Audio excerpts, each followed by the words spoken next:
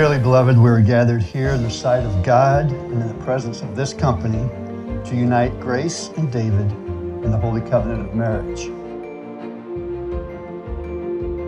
The ceremony of marriage which you come to be united is the first and the oldest ceremony in the world. Marriage is the clasping of hands, it's the blending of hearts, and today it's the union of your two lives into one. And your marriage must stand not by the authority of the state or by the seal on your wedding certificate, but rather by the strength of your love, and by the power of your faith in each other and in God.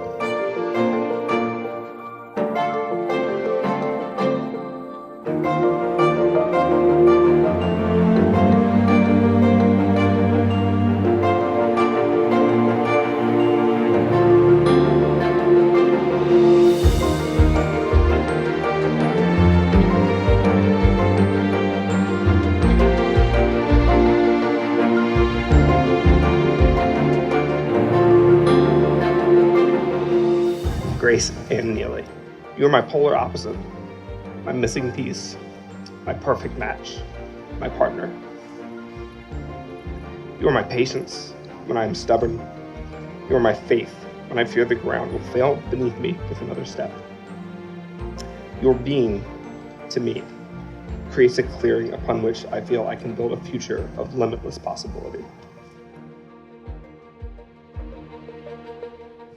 David, I am incredibly blessed to be standing in front of you today, and I have more to say than words could ever convey. Our relationship hasn't always been easy, but that has never been because of a lack of love. I always used to tell you that love was the easy part of a relationship.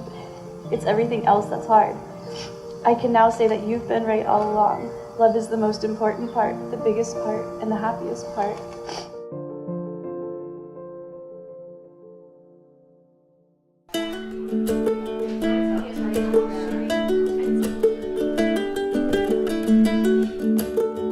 Grace, I've known you now for some time, and by my account it's going on 10 years. You were a teenager when I met you, and now you're a grown woman.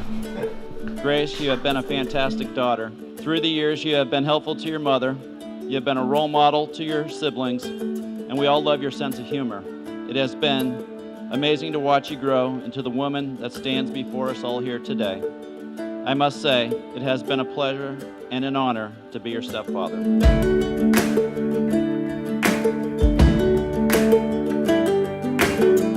Hey everybody, I'm Steve. I'm Dave's little brother and also his best man. It's no secret that I was the second choice of best man. Dave originally wanted to be his own. I couldn't have asked my parents for a better person to grow up with. Dave's always been my partner in crime, and one that I go to for advice and strength when times get tough. Dave's not just my brother, he's also my best friend. We've shared more stories, songs, and beer than most. There are two things that Dave's taught me in this life. It's to strive to be the best possible version of yourself and to never settle. I think we see a great example of both of those here tonight.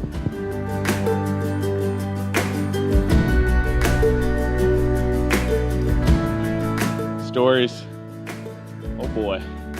Jamie and I love us some stories. If you've ever been in a room with us together, you've probably heard one or two, whether you wanted to or not. And if you're here tonight, there's a good chance that you're in a few as well. Whether it was driving through the middle of the night to Canada when we missed our flight, or just pretending like we were younger than we were in Las Vegas. But the most important thing about a story, what matters most is who's beside you in it and who's with you at the end of it. And as much fun as some of our stories have been, Dave's story was always incomplete until he found Grace.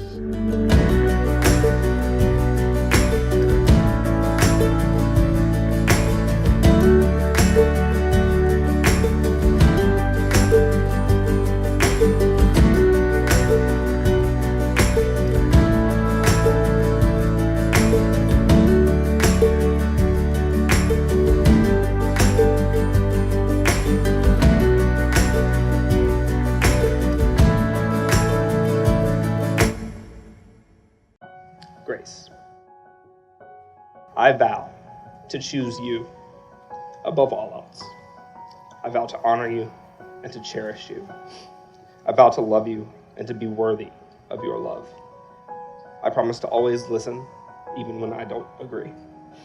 And to remember that love is saying I feel differently instead of saying you're wrong. I vow to live in the present and to make you happy and to love you now, because our tomorrows are not promised. I vow to make you laugh until it hurts and to hold you until it doesn't. For richer, for poorer, in sickness and health, all the days of my life. It's all or nothing with you, and I know that's how you'll treat our marriage and future family. I know that you are the one that I'm supposed to journey through life with. You are my other half, and I don't want to spend a moment without you. And because of this, I vow to always love you, to respect you, to listen to you, and to honor you. I vow to support you as not only a husband and a father, but as a man and a best friend. I vow to never stop laughing with you and dreaming with you. I vow to make this life we are building as happy and as magical as I can. And with that, I vow to you not only my life, but my heart. I love you so much. Grace and David, therefore, by the virtue and authority vested in me as a minister of the gospel of Christ, in accordance with the laws of God in the state of South Carolina, I now pronounce you husband and wife.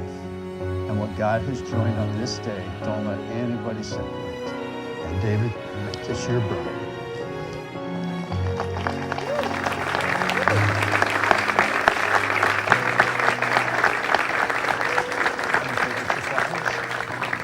Ladies and gentlemen, it is truly my honor and my privilege to present to you Mr. and Mrs. David Holliman.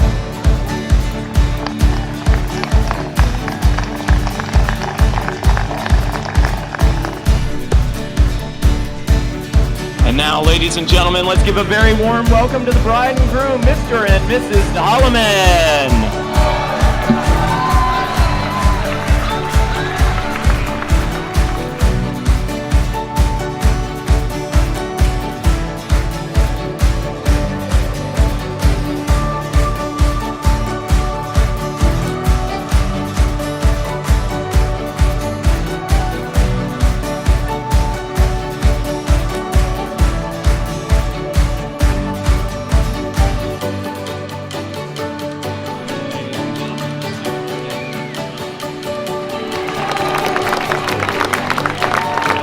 To this date, I consistently see Dave putting Grace on a pedestal. We see how you admire Grace, how you adore Grace, and most of all, how you respect and love her. You have impressed us. You have impressed Grace's brother Graham, impressed her sisters Sarah and Sophie, and most of all, you impressed Grace. So well done, Dave.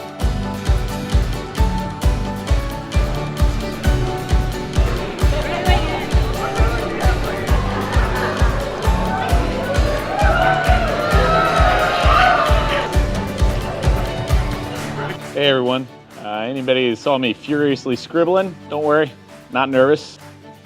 Grace, you're always beautiful, but you look incredible today. I don't think I've ever seen Grace in her room or show up somewhere where she hasn't come through the door either smiling or laughing. She has a light and a life that warms everyone around her, and it's easy to see the happiness that she brings to Jamie's life. Congratulations, David. Everyone, to Dave and Grace.